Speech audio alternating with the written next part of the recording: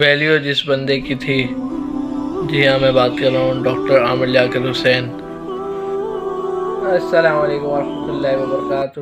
کیا حال چال ہیں؟ خیر خیریت سے ہیں؟ آپ دیکھ رہے ہیں میرا یوٹیوب چینل ایس جے پاک بلاگ۔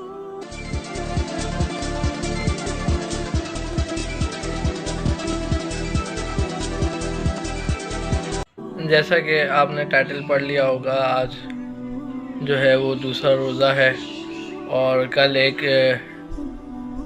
چیز جو رمضان ٹرانسمیشن کی جو ہے وہ سب سے بڑی ویلیو جس بندے کی تھی، جی ہاں میں بات کر رہا ہوں ڈاکٹر عامر لیاقت حسین۔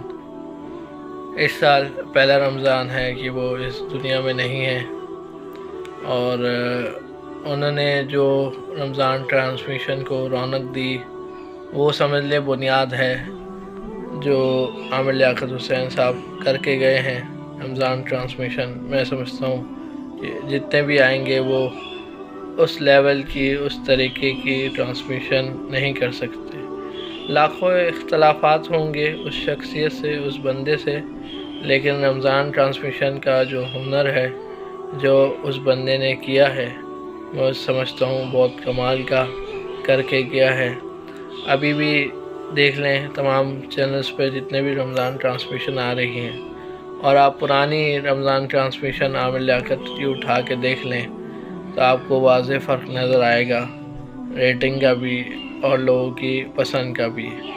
بہت سے لوگوں نے جو ہے وہ ان کو بہت کچھ کہا، اور میرا بھی بہت سا اختلاف تھا کہ جو وہ عالم سیگمنٹ کرتے تھے، عالم آن لائن رمضان ٹرانسمیشن میں، تو آپس میں جو لڑوانے والا حساب تھا وہ نہیں ہونا چاہیے تھا۔ وہ ایک غلط ان کا اس میں کہوں گا کہ غلط چیز تھی، لیکن اوور آل دیکھا جائے تو انٹرٹینمنٹ کے حوالے سے جو ہے وہ عامر لیاقت حسین نے جو انٹرٹین کیا ہے لوگوں کو، وہ بہت زبردست ہے۔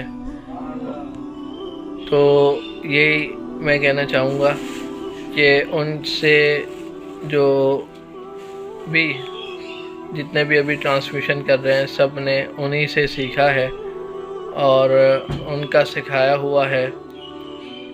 اور انہوں نے جو ایک نعت پڑھی تھی کافی سال پہلے، نعت کہہ لیں اس کو، نظم کہہ لیں، رمضان کے حوالے سے نظم کہہ سکتے ہیں، زیادہ بہتر ہے کہ رمضان کے آتے ہی جو ہے وہ مسجدوں میں رونقیں لگ جاتی ہیں، اور بھولی ہوئی عبادتیں لوگوں کو یاد آ جاتی ہیں۔ اور واقعی میں ایسے ہی ہوتا ہے کہ آپ رمضان کی فجر کی نماز سے لے کر عشاء کی تراویح تک دیکھ لیں، عوام کا جو ہے رش ہوتا ہے۔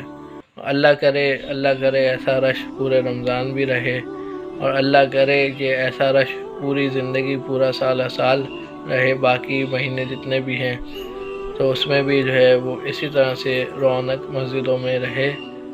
میری جو ہے کوشش یہی ہے کہ ہر وہ ٹاپک، ہر وہ بات جو لوگوں کو متوجہ کرے دین کی طرف، اور لوگوں کو متوجہ کرے، اویئرنیس دے اپنے ملک کے لیے کہ کیا کرنا چاہیے ہمیں اور کس طرح کرنا چاہیے، اس طرح کی بات میں کروں، اس طرح کا پیغام دوں کہ لوگ اس کو پسند کریں، اور پسند کریں پاکستان کے حوالے سے بھی اور دین کے حوالے سے بھی۔ میری ویڈیو پسند آئی ہو تو لائک کریں، کمنٹ کریں اور شیئر کریں۔ آج دوسرا روزہ الحمدللہ، تقریباً افطار کا ٹائم ہونے والا ہے۔ مجھے بھی اپنی دعا میں یاد رکھیے گا، اور میں بھی آپ سب کو دعا میں یاد رکھوں گا۔ بہت شکریہ۔ السلام علیکم ورحمۃ اللہ وبرکاتہ۔